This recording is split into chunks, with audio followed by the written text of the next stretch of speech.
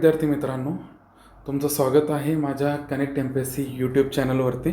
आपण features borrowed from different countries to the Constitution of India, म्हणजे जे वेगवेगळ्या राज्यघटनेतून आपण वेगवेगळे वैशिष्ट्य आपल्या राज्यघटनेत घेतलेलं आहे त्यावरती प्रश्न उत्तरे बघतोय.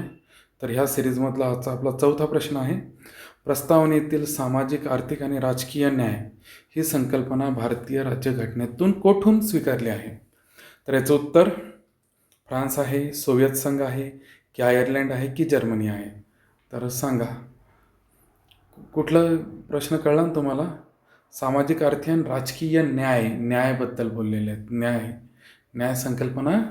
आणि जेव्हा हे डिस्ट्रीब्युशनच्या संदर्भात येते, आर्थिक असेल, सामाजिक असेल, तर राजकीय, तर याचं उत्तर आहे, माहीत असेल तर कमेंटमध्ये सांगा, नाही तर मी सांगतोच आहे, सोव्हिएत संघ. भारतीय राज्यघटनेत सामाजिक, आर्थिक आणि राजकीय न्याय ही संकल्पना नमूद आहे प्रिअम्बलमध्ये. हा विचार सोव्हिएत संघाच्या राज्यघटनेतून प्रेरित आहे. सोव्हिएत पद्धतीनुसार केवळ राजकीय लोकशाही नको, तर आर्थिक व सामाजिक न्यायही मिळायला हवा, म्हणजे सर्वसामान्य माणसाचे जीवनमान सुधारेल. या आदर्शातून भारतात कल्याणकारी राज्याची कल्पना विकसित झाली. तर हे लक्षात आलं असेल. आता प्रश्न 5वा, राज्यघटनेतील धोरणनिर्देशक तत्वे म्हणजे DPSP, directive principle of state policy, कुठून घेतले? हे उत्तर सगळ्यांनाच माहिती पाहिजे. ह्या उत्तरात किंतु परंतु नसते. माहीत असेल तर कमेंटमध्ये ड्रॉप करा. याचं उत्तर आहे आयर्लंड. DPSP ही भारताची कल्याणकारी राज्याची घोषणा आहे. ही तत्त्वे 1937च्या आयरिश राज्यघटनेतून स्वीकारली गेली आहेत.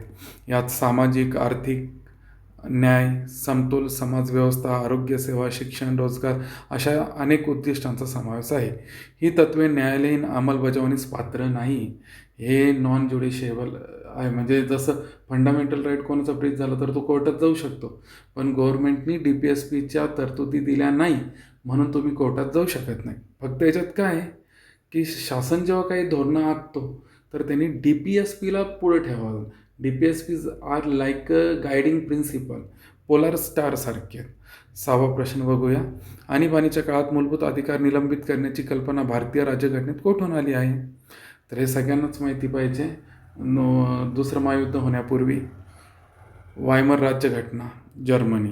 ओके, वायमर जर्मनीच्या राज्यघटनेत राष्ट्रपतींना आणीबाणीच्या परिस्थितीत नागरिकांचे मूलभूत अधिकार स्थगित करण्याचा अधिकार होता.